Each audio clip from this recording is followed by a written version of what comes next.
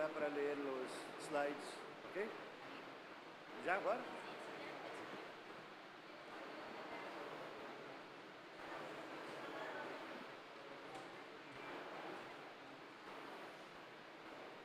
Estou aguardando a projeção.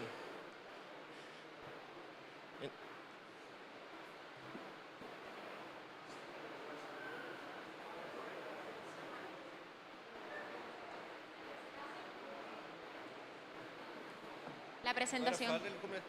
Começar. Isso. Gracias, buenas tardes. Voy a hablar en portuñol, el mejor que yo puedo hacer. Yo vertí mi ponencia para español. Espero que esteja un español comprensible. Y para ganar tiempo voy directamente al punto. Gracias por la invitación. Y ese es el tema general del panel. ¿Puede pasar? Esse sou eu, minha credencia, mi currículo acadêmico, etc. ¿Puede pasar? Bueno, voy a hablar de inteligencia artificial y plataformas digitales. Entonces, la idea es, si la historia de la tecnología puede ilustrarse adecuadamente hasta cierto punto, con la ayuda de la conocida imagen de McLuhan, según la cual los medios de comunicación y otras técnicas serían extensiones del cuerpo humano, las extensiones se convierten en extracciones bajo el régimen del capital a través de dos tipos de alienación.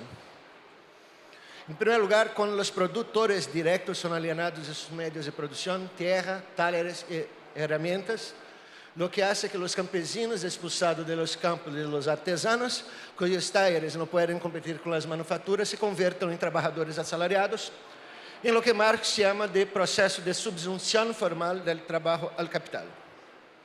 En segundo lugar, y ese es el punto que aquí nos interesa en particular, cuando son alienados de sus conocimientos laborales, que seriam subdivididos e plasmados em unidades de trabalho independentes e combinadas para ser posteriormente incorporadas à maquinaria industrial, processo que constitui a subsunção real do trabalho ao capital. O processo de alienação do conhecimento, chamado subsunção real do trabalho ao capital, começa em los inícios da indústria moderna e continua hasta o dia de hoje, apesar da complexidade da nova divisão internacional do trabalho. Começa com a subsunção formal e logo real do chamado trabalho manual ao capital e continua com o trabalho intelectual.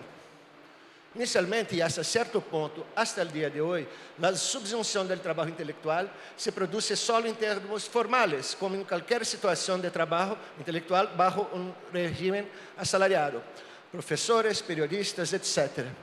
Pouco a pouco, isso também sucede em termos reais, al menos desde a aparição da máquina de calcular, o primeiro tipo de inteligência artificial, nos arriesgamos a dizer, cujas novas formas han encantado e preocupado ao mundo.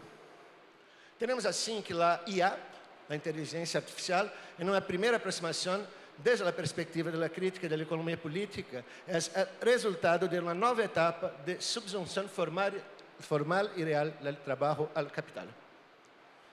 Además, IA é um término genérico que designa aproximadamente a capacidade das máquinas para emular ou superar as chamadas ações humanas inteligentes. As ações inteligentes implicam compreensão, adaptação, adaptar-se à situação ou adaptar a situação a uno mesmo, invenção, reprodução, transformação. Se trata de capacidades de assimilação, adaptação e invenção que dependem de processos denominados, no caso da IA, aprendizados de máquina.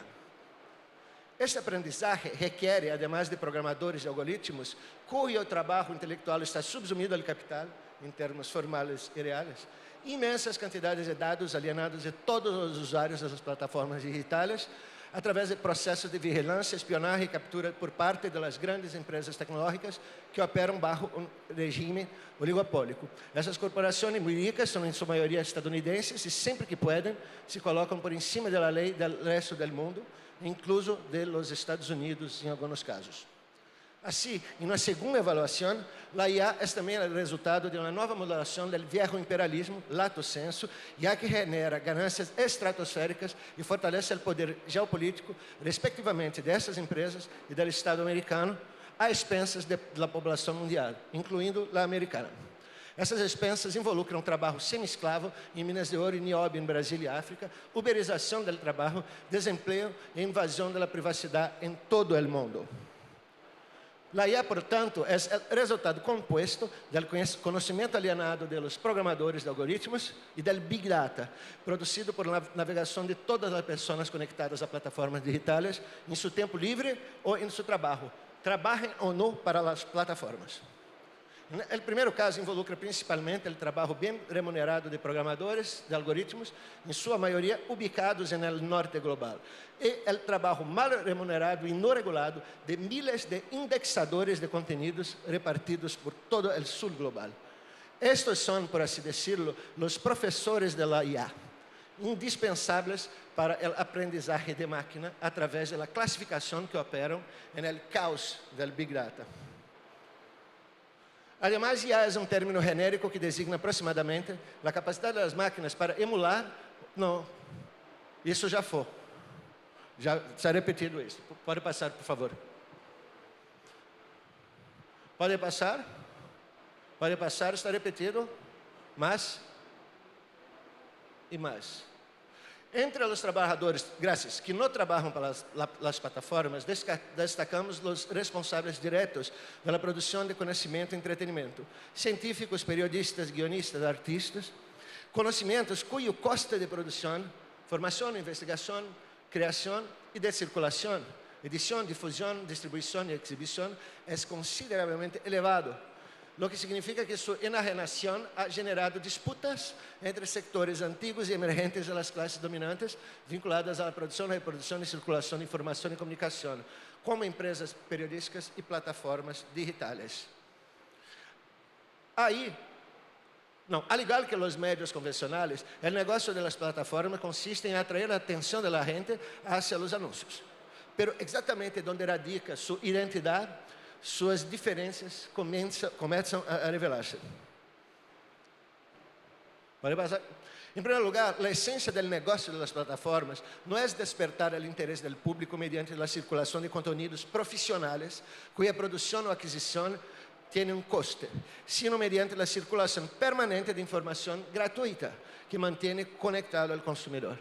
Luego de algunos intentos erráticos, en los inicios de Internet y durante los 10 años que siguieron hasta la popularización de los smartphones, las plataformas digitales establecieron su modelo de negocio: conectar al público ofreciendo un flujo incesante de información. La conexión universal y el flujo permanente de información es lo que hará viable el nuevo negocio. Com o conhecimento extraído de milhares de milhões de pessoas conectadas, agora é possível oferecer publicidade programática cujo grado de precisão é superior à publicidade em meios convencionais. O custo, então, se desplaza desta maneira da produção de informação a los sistemas de vigilância e processamento de dados, os algoritmos e ferramentas de búsqueda e reconhecimento do consumidor.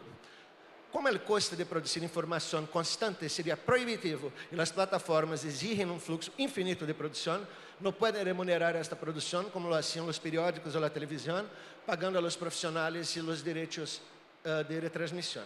Como pagar por um fluxo de conteúdo infinito? Em um exercício de matemáticas elementar, a questão era clara. Pagar 1 centavo por envio já seria proibitivo. 1 centavo multiplicado por infinito generaria um gasto impagável. Tampouco seria viável reduzir o conteúdo ao importe a pagar, porque ello interromperia o fluxo necessário para manter a conexão. Desta maneira, o valor da informação nas plataformas é muito cercano a lo que as plataformas gastam para mostrá-la. Muito cerca de nada, zero.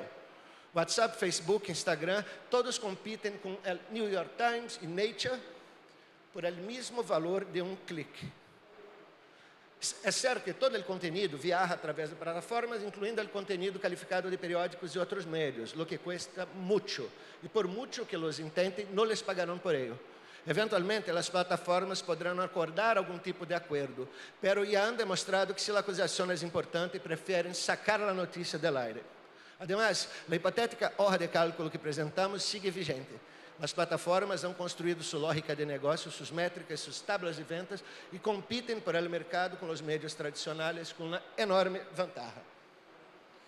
O impacto deste caminho é maior que o cambio no mercado de los medios. Estabelece novo regime informativo ao confundir emissor e receptor, expertos e aficionados, devaluando a qualidade da informação bajo a aparência de uma democratização de comunicação.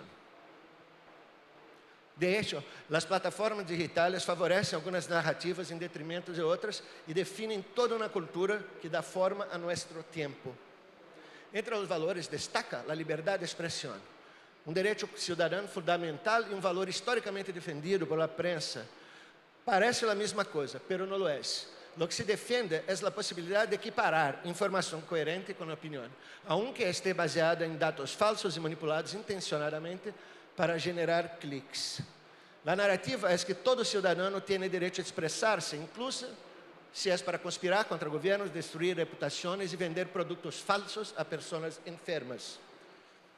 A narrativa estabelecerá afinidades eletivas que já han demonstrado estar bem definidas com o crescimento de grupos extremistas, especialmente de extrema direita, como hemos visto nos Estados Unidos, Hungria, Brasil e agora também em Argentina.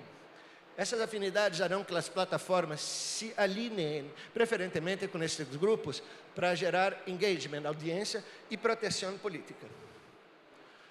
O melhor exemplo se pode tomar em Brasil com a ação das plataformas na eleição no Congresso Nacional de grupo de desinformação que foi elegido mediante a difusão de notícias falsas. A articulação se hizo evidente quando o governo tentou debater a regulação das plataformas e meios digitais no Congresso e Google, está escrito errado, perdão, e Google, entre outros, distribuiu conteúdos apresentando o projeto com uma lei de censura. E não era uma lei de transparência, com o apoio do grupo de desinformação. Não é que os médios tradicionais corporativos estén livres de prejuízos e manipulação. Lejos de aí. Havia e todavia há certo grado de regulação, espírito profissional para os periodistas, uma tradição mais ou menos verdadeira de compromisso com o interesse público e a facticidade das notícias, e uma reputação de credibilidade que defender. Además, as empresas periodísticas e de radiodifusão têm domicílio e registro legal, são responsáveis e estão sujeitas às legislações nacionais, ao contrário de lo que se passa nas plataformas digitais.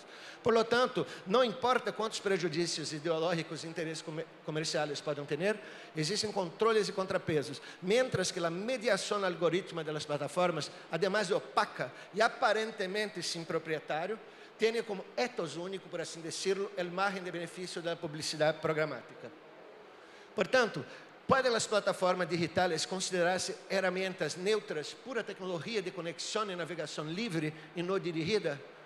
A forma em que empregam e fomentam o uso da inteligência artificial, por exemplo, em escândalos como o de Cambridge Analytica, o Brexit, as eleições estadunidenses de 2016 e as brasileiras de 2018, entre muitos outros casos conhecidos, sugere que não. O marco apresentado traz desafios legais relacionados com o debate regulatório sobre as plataformas e a própria inteligência artificial, que tocam temas delicados, como a liberdade de expressão, que a sua vez confronta as noções de liberdade individual e coletiva, especialmente ante as crescentes olas de desinformação ou massificação da fraude.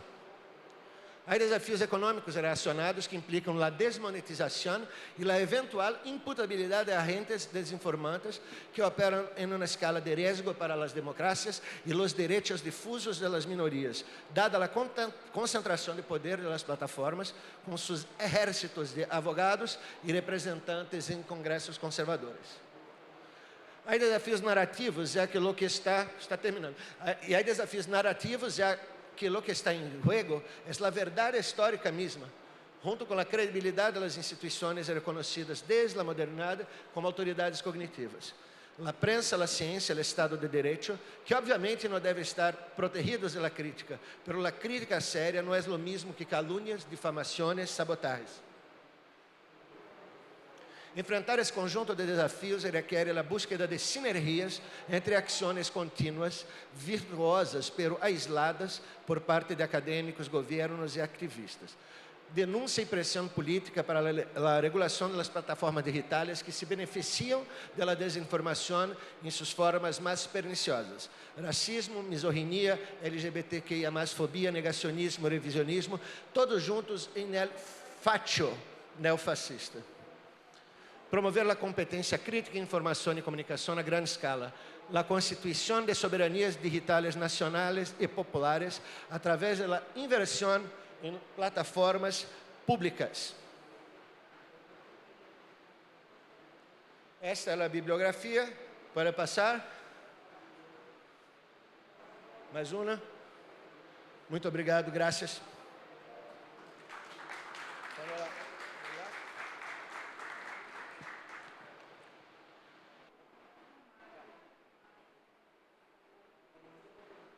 Uno. Bien. Vamos a comenzar con un soneto, ajedrez. Nos va a servir de introducción para abordar el tema.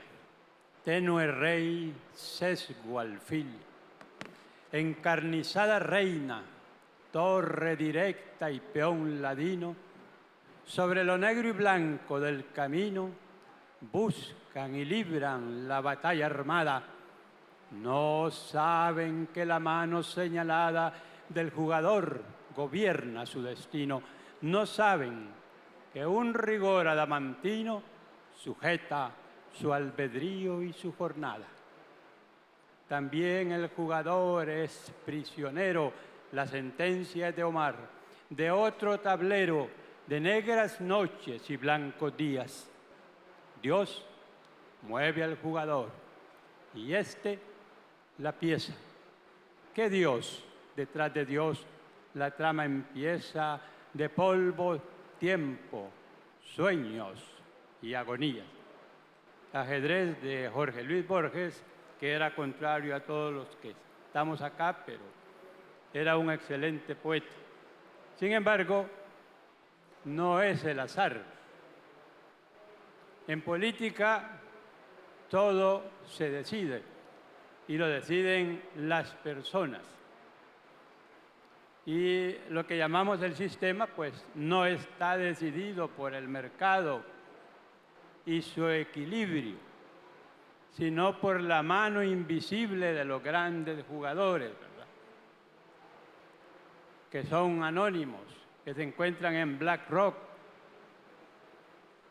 y en los demás fondos buitres, que se esconden también en las grandes corporaciones financieras y en todas aquellas que controlan los medios de producción y los medios de destrucción y las farmacéuticas y obviamente también la propaganda religiosa y la propaganda sistémica a través de los distintos medios y plataformas. Y además controlan el medio de medios, ¿verdad? Controlan el dinero en la mayor parte del mundo. Casualmente, el año pasado, la Secretaría de Planificación Estratégica de Honduras publicó este material, que es una propuesta distinta. Se llama La Contribución Refleja, porque aquí proponemos eliminar los impuestos, pero no al estilo Milei, sino eliminar las imposiciones, porque los impuestos fiscales son una imposición moderna que solo tiene un poco más de 100 años, que sustituyó la esclavitud. Abolida la esclavitud, hubo que crear impuestos fiscales. Por eso, el impuesto sobre la renta, o el impuesto a la renta, o el impuesto a la riqueza, es uno de los más recientes. Aparece tardíamente en Europa y en los Estados Unidos. Primero fue el impuesto sobre la venta o al valor agregado. Y esto es bien importante para que lo relacionemos con el resto de medios que controlan las élites occidentales. La única excepción actual es China, con su modelo de banca estatal, porque precisamente por eso nuestros países, a partir de Bretton Woods, comenzaron a endeudarse, porque se nos impuso, es decir, un impuesto, el modelo de deuda. Y esa es la razón por que el gobierno de Argentina, de Fernández, no pudo afrontar en 4 años la enorme deuda que había vuelto Argentina a adquirir, pese a que años atrás el gobierno venezolano, cuando todavía estaba Hugo Chávez, había comprado la deuda anterior y le había permitido a Argentina liberarse de eso. Y estas cargas, que son de carácter ideológico, pegan entonces con los temas que estamos abordando acá de las plataformas digitales y también de las herramientas de más reciente creación, como la inteligencia artificial. La inteligencia artificial general que ha avanzado bastante y de la que Chomsky dijo hace algunas semanas que es un plagio. Y más que un plagio, un saqueo. Porque la inteligencia artificial se basa en la enorme acumulación de información de toda la humanidad y que está siendo utilizada a través de los algoritmos para que tengamos, como dije hace más o menos de un año en un pequeño ensayo que titulé Las bibliotecas parlantes o de las inteligencias artificiales. ¿Da? Porque una biblioteca tiene sentido si la consultamos y entre más se nos facilita la consulta, pues indudablemente que nos favorece, pero a su vez todas las tecnologías en que se basan en los bienes comunes culturales, porque todo lo que el ser humano ha acumulado como conocimiento es un bien común cultural, a través de todos los pueblos.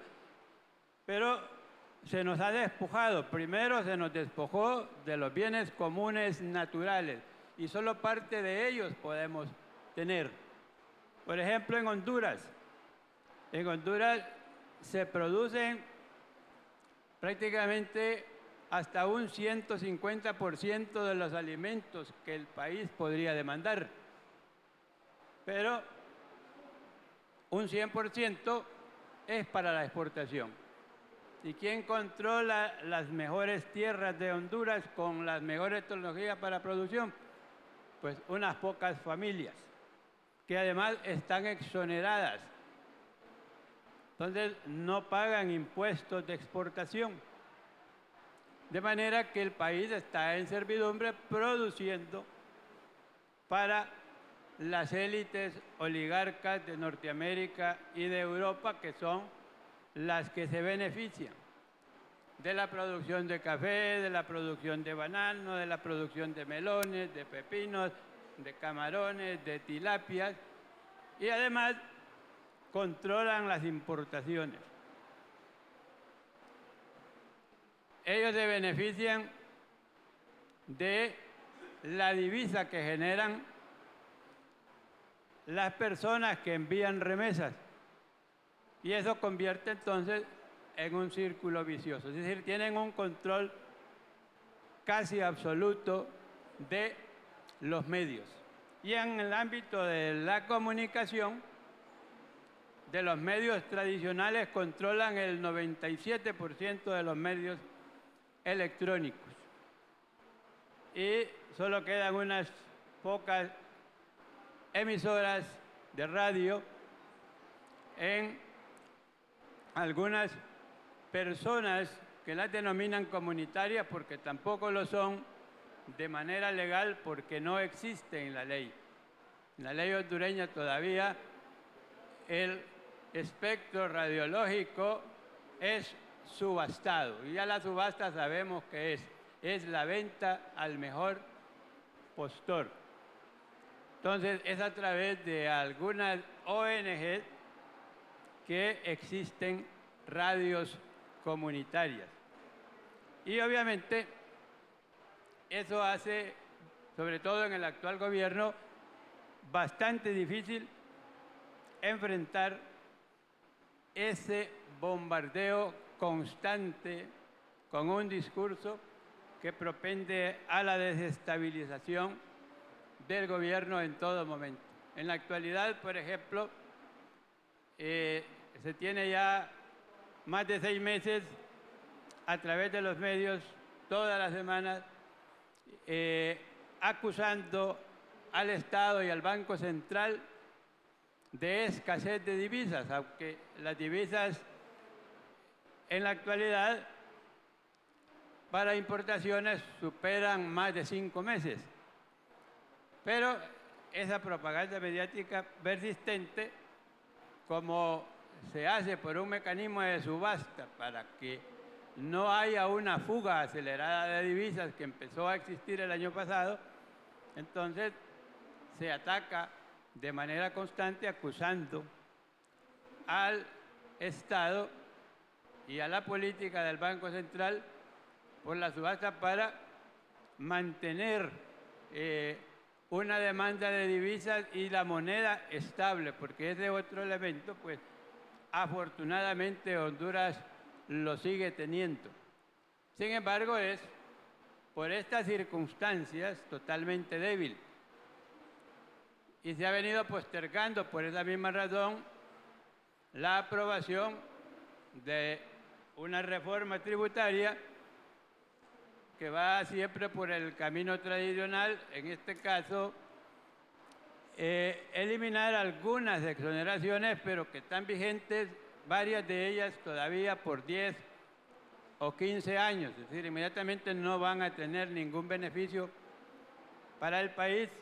Y en ese ámbito, aunque se ha ganado el debate de la discusión a nivel general, pues los oligarcas criollos y la embajada tienen control todavía de una parte importante de los diputados de los 2 partidos tradicionales. Y sin ellos, pues, no se puede hacer la reforma.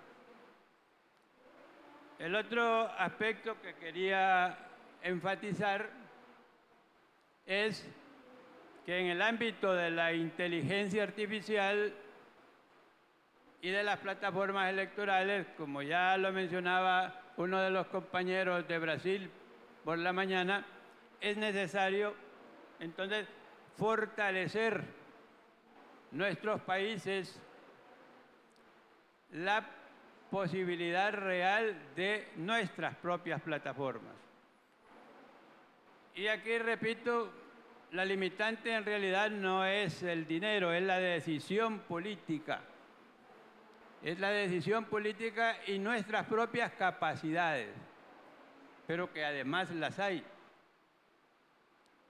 Y si hay las capacidades, lo que debemos hacer entonces es afrontar los desafíos, porque mientras tanto entonces nos va a seguir tocando ser en algunos casos espectadores y en otros casos quejarnos por ver cómo esa avalancha genocida en todos los ámbitos que la observamos hoy en Gaza, pero que es acompañada por aquellos que también cometieron otro enorme genocidio en el siglo XIX, Muchos de ustedes deben recordarlo porque lo han leído cuando primero cometieron lo que yo denomino un bisonticidio.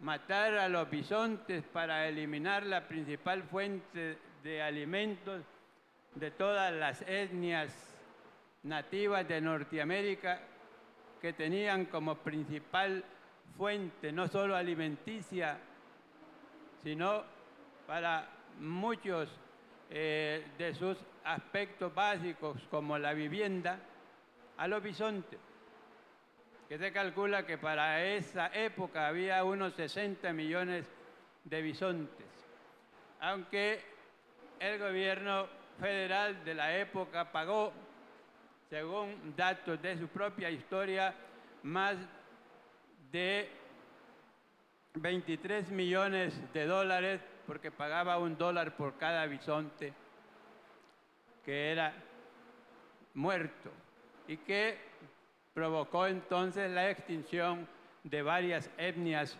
norteamericanas de hambre, tal como ahora lo hace Israel con Palestina. Muchas gracias.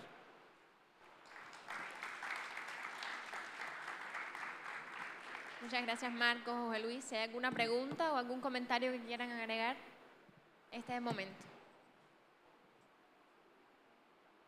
Les recuerdo que las presentaciones se estarán colocando en el sitio, bueno, y en todas las plataformas digitales del coloquio, así que también podrán consultarlas por ahí.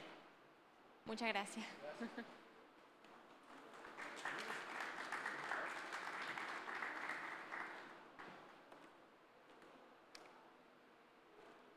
Ahora continuamos con el panel Opinión Pública, Escucha Social y Subjetividad en el Centro de la Disputa Política. Y para eso nos acompañan Alina Duarte, periodista mexicana, educadora popular en el Instituto Nacional de Formación Política de Morena, fue productora y corresponsal de Telesur en inglés. Sacha Llorenti, diplomático boliviano, político y abogado, exsecretario ejecutivo del ALBA TCP, y Marina Aguirre, licenciada en Comunicación y diplomada en Comunicación Política. Bienvenidos.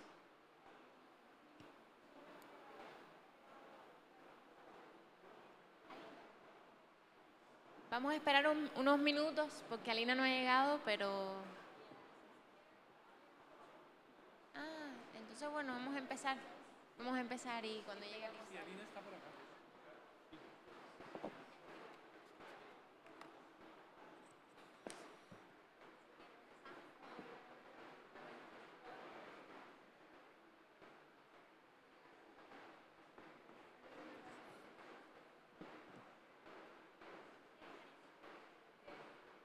No esperamos a Alina. Sí, está acá. La vi ahí afuera. Puedo escribirle ahora. Estamos esperando a la compañera Alina, que ya viene, así que ya arrancamos en breve.